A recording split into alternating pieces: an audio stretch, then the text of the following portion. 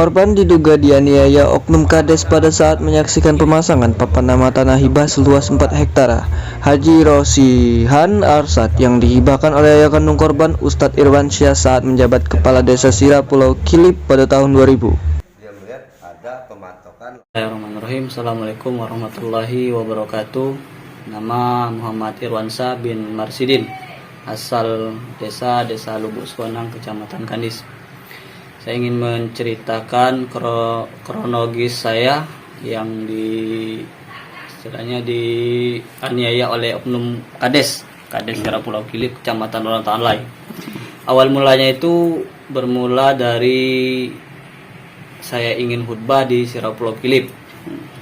Kemudian ada mamang saya, Mang Teguh, mengatakan melewati Kak Adi, kan kami masih bemisan, mengatakan Kak Adi itu menyampaikan ke saya, Irwan, tidak usah balik ke dusun, kau dilarang kades untuk khutbah di masjid ini.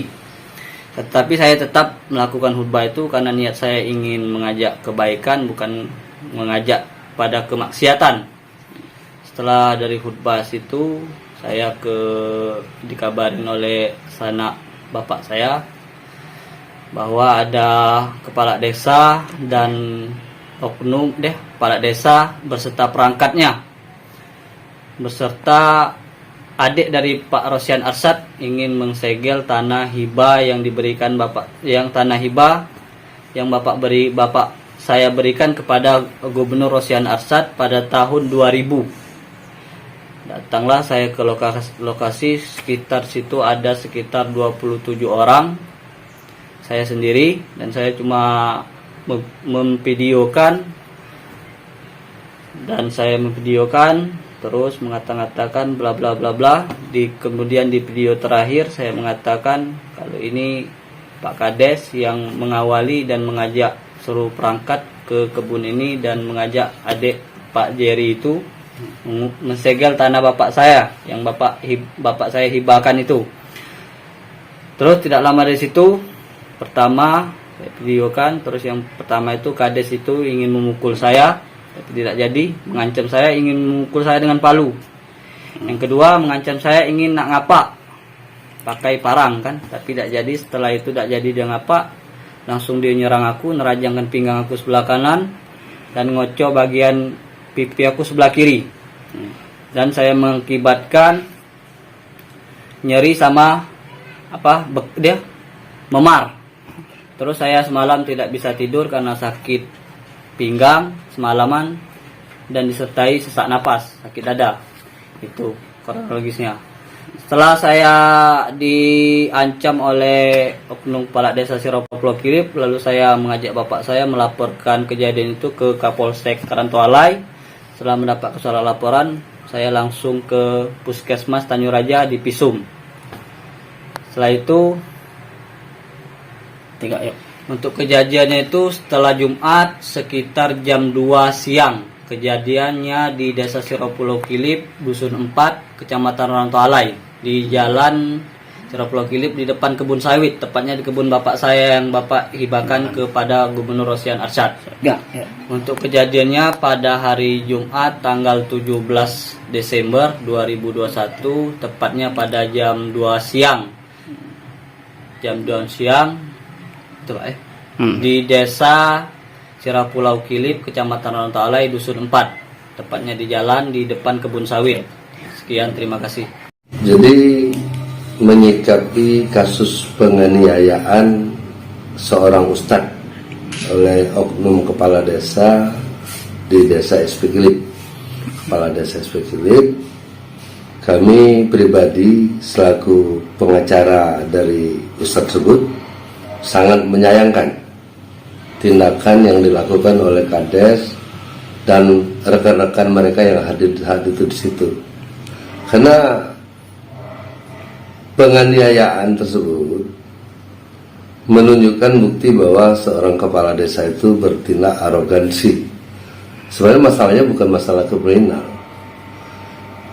Masalahnya adalah masalah perdata tentang tanah hibah yang dahulu diberikan kepada Bapak Rosihan Arsad tanda kutip sebagai gubernur Sumatera Selatan, tanah tersebut dihibahkan untuk dijadikan lokasi pembangunan, baik itu tempat pondok pesantren, SMA maupun dan sebagainya.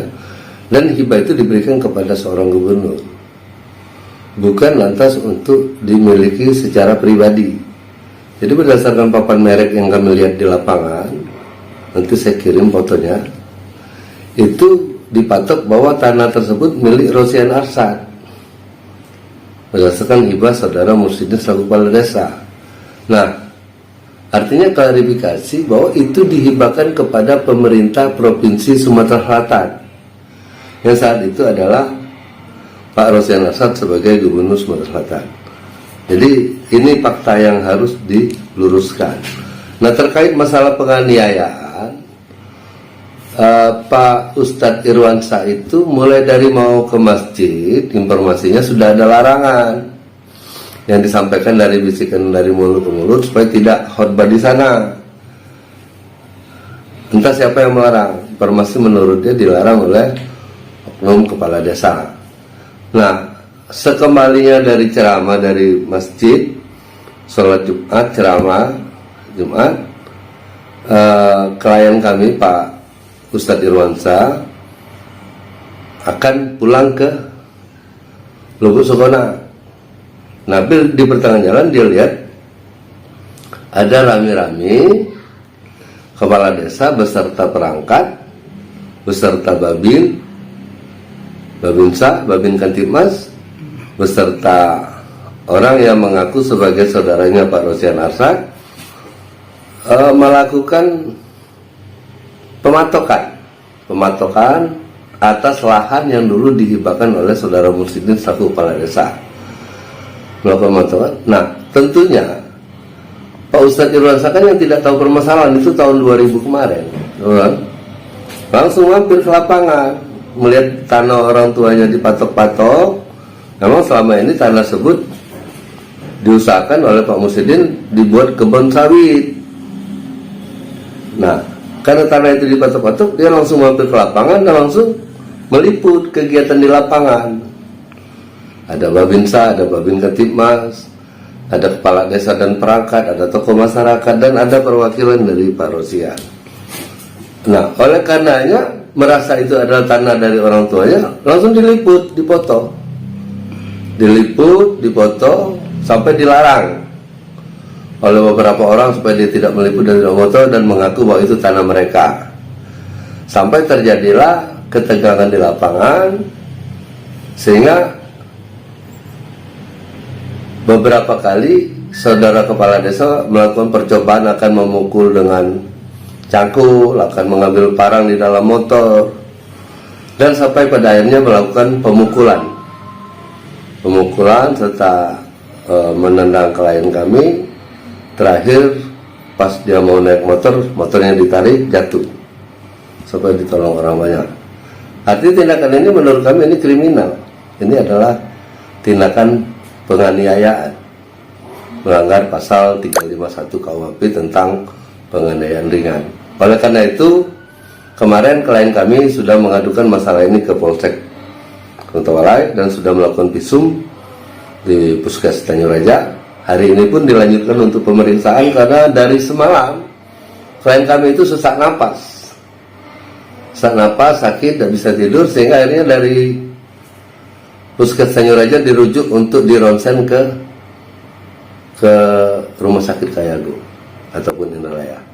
Itulah 10 menit kejadian yang bisa kami laporkan terkait masalah tanah dan sebagainya. Kami akan diskusikan dulu, kami akan mengambil tindakan lebih lanjut. Terkait masalah pemasangan merek itu sudah kita foto. Kita akan konsultasikan ini kepada Pak Gubernur bahwa itu hibah itu untuk pemerintah Provinsi Sumatera Selatan, bukan menjadi milik pribadi. Saya kira ini ada salah satu penyimpangan aset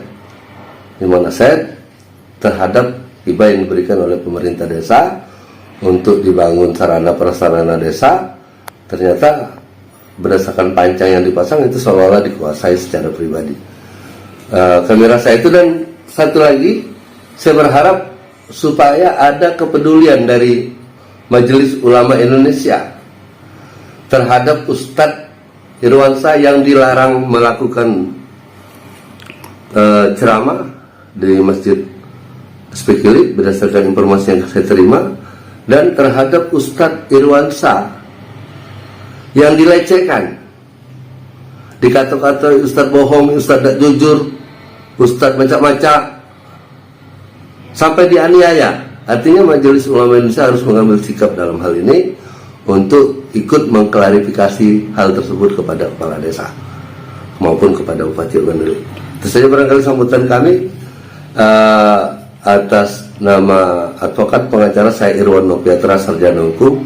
Terima kasih. Wassalamualaikum warahmatullahi wabarakatuh. Dari Kabupaten Ogan Ilir, Sumatera Selatan, reporter Riza Pahlepi, kameraman Ardiansyah, Gandus TV memberitakan.